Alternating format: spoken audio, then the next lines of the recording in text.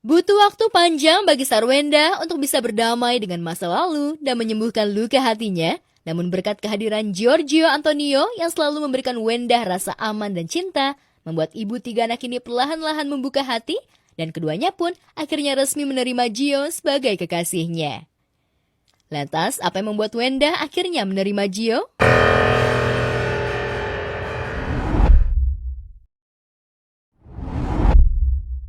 Ya, Wenda pun semakin yakin jika Gio adalah calon suami yang baik, apalagi Gio juga begitu dekat dengan Tania dan Thalia. Bahkan kedua putrinya sudah memanggil Gio dengan sebutan Papa Gio.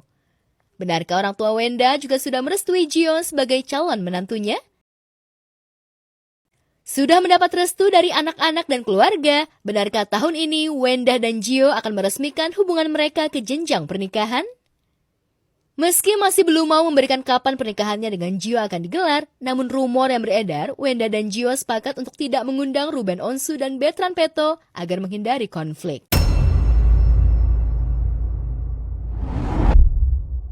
Apalagi hubungan Wenda dan Ruben sudah mulai mendingin. Idenya itu mulai dari awal jadi aku buka sosmed, terus dia bilang kayak, yuk ayolah kalau misalkan kerjain ayah, ngelakuin yang sesuatu kayak yang mungkin yang lebih lucu dari ini gitu. Makanya aku bilang kayak, oh ya deh ini kayaknya seru nih, karakter maling nih gitu. Jadinya aku bikin lah karakter maling itu. Aku diputusin pas lagi sayang-sayangnya juga, tiba-tiba diputusin, sakit kan pasti. Baru seminggu menikah, kebahagiaan Virgon dan istri barunya Lindy Fitriana diusik oleh Luna Al-Mahdi, mantan kekasih Virgon.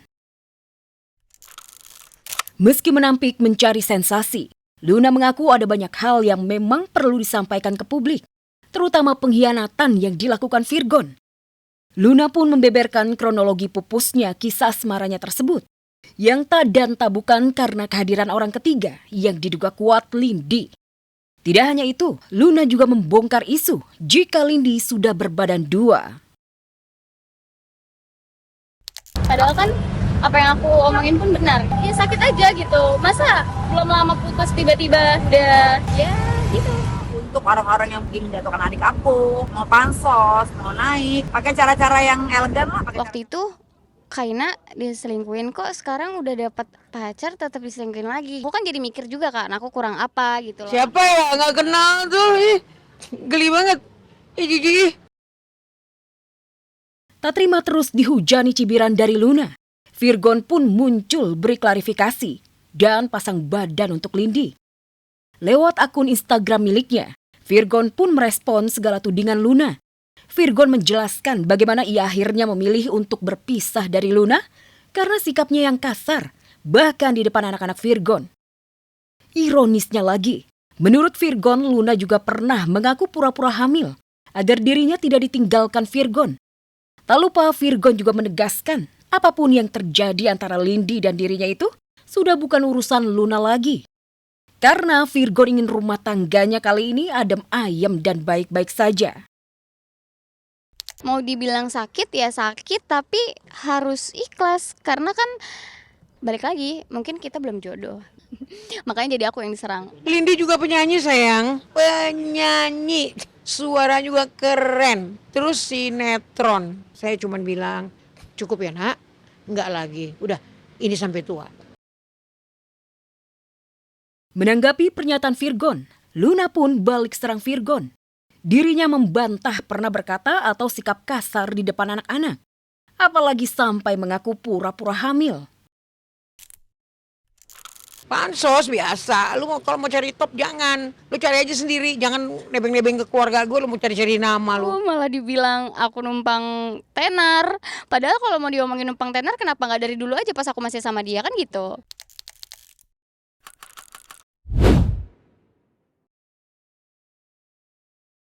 Pernikahan poligami antara pesulap merah alias Marcel Radival dengan Ratu Rizky Nabila yang diumumkan hanya selang 9 hari setelah wafatnya istri pertama Tika Mega Lestari ternyata memantik konflik pelik antara pesulap merah Ratu Rizky Nabila versus keluarga mendiang Tika. Khususnya sang ibu kandung, hingga 2 bulan pasca meninggalnya Tika, konflik belum juga mereda. Tak terima disudutkan, pesulap merah pun menyerang balik keluarga mendiang Tika. Dari kata-kata ibunya juga banyak tuduhan-tuduhan yang tidak sesuai fakta gitu. Dan itu sumpah miris banget sih. Kok bisa seorang mertua nuduh atau fitnah kayak gitu. Nggak tanggung jawab gitu. Sementara dia koar-koar membiayai semua pengobatannya kan, padahal almarhum tuh berobat dengan BPJS kantor. Jadi dia tuh tidak mau membiayainya. Jujur dia membiayainya itu saat biopsi, itu pun dia marah-marah dan minta ganti ke almarhum. Itu almarhum yang bilang ke ibu. Almarhumah minta reimburse ke saya, betul. Tapi kalau saya minta reimburse ke almarhumah, ya enggak lah. Enggak mungkin saya minta reimburse ke dia. Konflik mantan menantu dan ibu mertua ini makin panas saat pesulap merah dituduh mengganti kunci rumah pribadinya tanpa seizin ibunda mendiang Tika. Kunci diganti ini parah sumpah. Itu rumah saya sama almarhumah.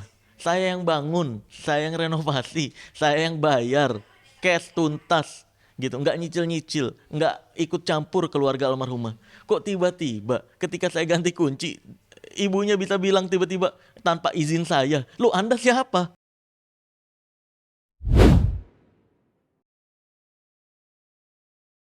Tasya Farasya lagi-lagi jadi sorotan setelah sempat dituding bucin gara-gara mau posting kebersamaannya dengan Ahmad Assegaf hingga masih enggan melaporkan mantan suaminya ke polisi terkait dugaan penggelapan. Tasya kini kembali diserang netizen gara-gara men-spill trik settingan konten kreator Bunga Sartika yang viral dengan konten spill skincare. Dalam akun media sosialnya, Tasya mengungkapkan fakta jika ia pernah menolak tawaran endorsement berbayar jika tawaran tersebut berupa konten menanyakan soal skincare yang ia gunakan, seolah itu dilakukan secara spontan. Gue pernah dapat tawaran bayaran buat, "Halo kakak boleh spill skincare-nya kak?" Gue tolak, cetas. Cuitan Tasya membuat Bunga Sartika akhirnya memilih mundur dan meminta maaf jika konten yang dibuatnya membuat sebagian orang tak nyaman. Aku minta maaf atas kegaduhan yang terjadi belakangan ini. Aku sadar ada bagian dari cara aku menyampaikan konten yang bikin banyak orang ngerasa gak nyaman, kecewa, dan itu jadi tanggung jawab aku sepenuhnya. Aku paham dampaknya ke kalian, dan aku benar-benar minta maaf untuk itu. Aku, Bunga Sartika, memutuskan untuk mundur sebagai host di Quiz Ria. Mundurnya Bunga sontak membuat netizen marah dan menuding jika kakak dari Tasya ini sudah memutuskan rezeki orang. Dan tak mau konflik semakin melebar, Tasya pun akhirnya meminta maaf di akun Instagram pribadinya. Guys, ini udah jadi rame banget ya, dan narasinya udah kemana-mana. Aku minta maaf jika dampak dari perkataanku menyinggung individu dan berbagai pihak. Sebagai beauty vlogger yang tingkah laku atau ucapannya bisa memberikan dampak yang besar ke publik, Tasya mengakui jika pernyataannya terkait konten spill skincare kurang bijak. Aku benar-benar menyadari betapa impactfulnya ucapanku. Walaupun gak ada niat bikin situasi jadi sebesar sekarang, aku akui kalau cara penyampaian aku kurang bijak. Tak hanya netizen, Clara Sinta pun akhirnya juga angkat bicara terkait viralnya konten kreator spill skincare. Clara Sinta mengaku jika selebgram ataupun selebriti pun sudah tahu jika konten tersebut settingan, namun mereka memilih diam. Dan menuding Tasya sebagai konten kreator yang tak kode etik hingga merugikan orang lain. Hampir semua selebgram udah tau lah kalau misalnya halo kakak itu adalah settingan. Tapi kami semua itu memilih keep silent untuk tidak nge-share atau nge-spill kalau itu settingan. Kenapa? Karena anggap aja itu kode etik yang tidak tertulis. Berbeda dengan Tasya menolak hingga men-spill settingan konten spill skincare, Tasya justru bersikap santun dan menghargai Bunga Sartika. Bahkan Tasya tak malu memuji Bunga cantik. Iya, ngomong lebih cantik lagi guys. Udah sering diupload gak sih ini kakaknya? Udah ya? Cantik banget guys, beneran.